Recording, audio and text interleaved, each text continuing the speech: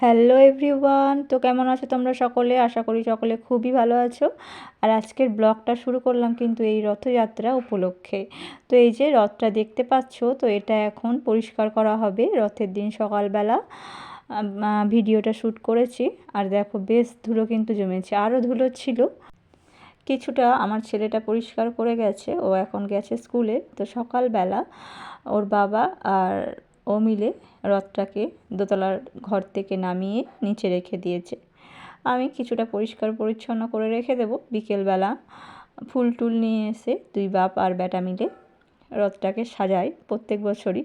তো এটা আগের বছর নেওয়া হয়েছে। আর এই যে কালারটা দেখতে পাচ্ছ রথের, এটা কিন্তু সম্পূর্ণ আমি করেছি।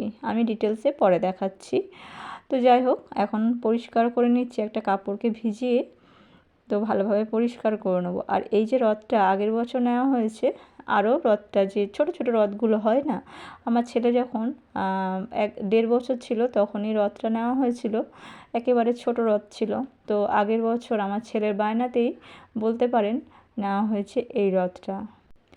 আর এই যে আমার মেয়েটা রথের আগের দিন কি বলবো, দুর্ঘটনা হয়ে গেছে। ও বাড়িতে খেলতে খেলতে পড়ে গিয়ে ওর মাথায় ফেটে গেছে আর স্টিচও পড়েছে। তো কি করব, এত কষ্টের মধ্যেও ওদেরকে আনন্দ দেওয়ার জন্যই এত কিছু করা। তো যাই হোক বন্ধুরা, এই যে কারুকার্যগুলো তোমরা দেখতে পাচ্ছ, তো এটা আমি কিন্তু করেছি আগের বছর একটু একটু করে ঘরের কাজ সামলে নিয়ে। তারপর কিন্তু যতটা পেরেছি করেছি। তো কেমন হয়েছে তোমরা অবশ্যই কমেন্টে বলো। কালার থেকে শুরু করে কিন্তু সমস্তটাই আমি করেছি। তো দেখো, আমার ঠাকুর ঘরের সামনে দুটো গাছ আছে। আমার বর হচ্ছে গাছ প্রিয় মানুষ, আর আমিও কিছুটা। তো ঠাকুর ঘরটা আজ তোমাদের একটু দেখিয়ে দিই। এটা হচ্ছে সন্তোষী মা, আর ওটা হচ্ছে সমস্ত রকম ঠাকুরই আমার বাড়িতে থাকে, ঠাকুর ঘরে আছে। আর এই যে আমার শাশুড়ি মা সকাল সকাল স্নান টান করিয়ে নতুন জামা কাপড় পরিয়ে দিয়েছে জগন্নাথ দেবকে, আর পুজোও করেছে। এটা হচ্ছে এবছরের নতুন জামা কাপড়। আর এই যে আগের বছরেরগুলো ধুয়ে মেলে দিয়েছে রোদ্দুরে। তো এটা হচ্ছে এই রথের দিনই নতুন জামা কাপড় পরিয়ে সেটাই সারা বছর থাকে, আর চেঞ্জ করা হয় না। তো দেখো, এটা হচ্ছে আমার ঠাকুর ঘর, খুবই ছোট্ট ঠাকুর ঘর, কিন্তু এই যে সন্তোষী মাটাকে দেখছো, এটা খুবই জাগ্রত। আর এই যে আমার সিঁড়ির ওপরটায় আছে গণপতি বাপ্পার একটা বড় পিকচার বলতে পারো। আর এই যে বিকেলবেলা হয়ে গেছে, এখন এটা হচ্ছে বিকেলবেলার ছবি। তো বিকেলবেলা কাজ থেকে ফিরে গেছে বরমশাই, আর ছেলেও চলে এসেছিলো স্কুল থেকে। তো দুজনে মিলে এখন রথ সাজাচ্ছে।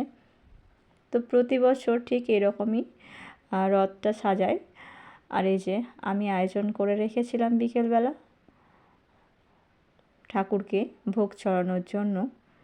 তো সব রেডি করে আমি রেখে দিয়েছি। এখন এসছে আমাদের বাড়ি হচ্ছে ননদ। এটা হচ্ছে আমার ননদ আর ননদের বর আর এক মেয়ে এসছে। তো তাদেরকে একটু তিলকও পরিয়ে দেওয়া হচ্ছে। সকলেই আমরা তিলক পরেছি। তো এটা আমাদের খুব আনন্দ হয় বলতে পারো। ছোট্ট করে এই সন্ধ্যাবেলাটা শুধু বাচ্চারা না, বাচ্চাদের সাথে বড়রাও কিন্তু যায়। রথ নিয়ে বের হয় আমরা রাস্তায়। তো সকলে, পাড়ার সকলে আসে, তারপর একসাথে মিলে আমরা আরতি করি, পুজো করি, তারপর রথ নিয়ে বের হয়।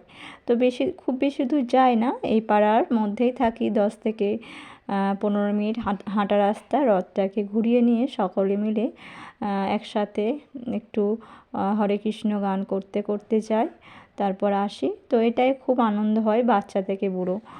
তো কেমন লাগলো এই ভিডিওটা তোমাদের অবশ্যই কমেন্টে বলো। তো রথযাত্রার শুভেচ্ছা জানাই সকল বন্ধুদের। তোমরাও খুব ভালোভাবে রথের আনন্দ নিও।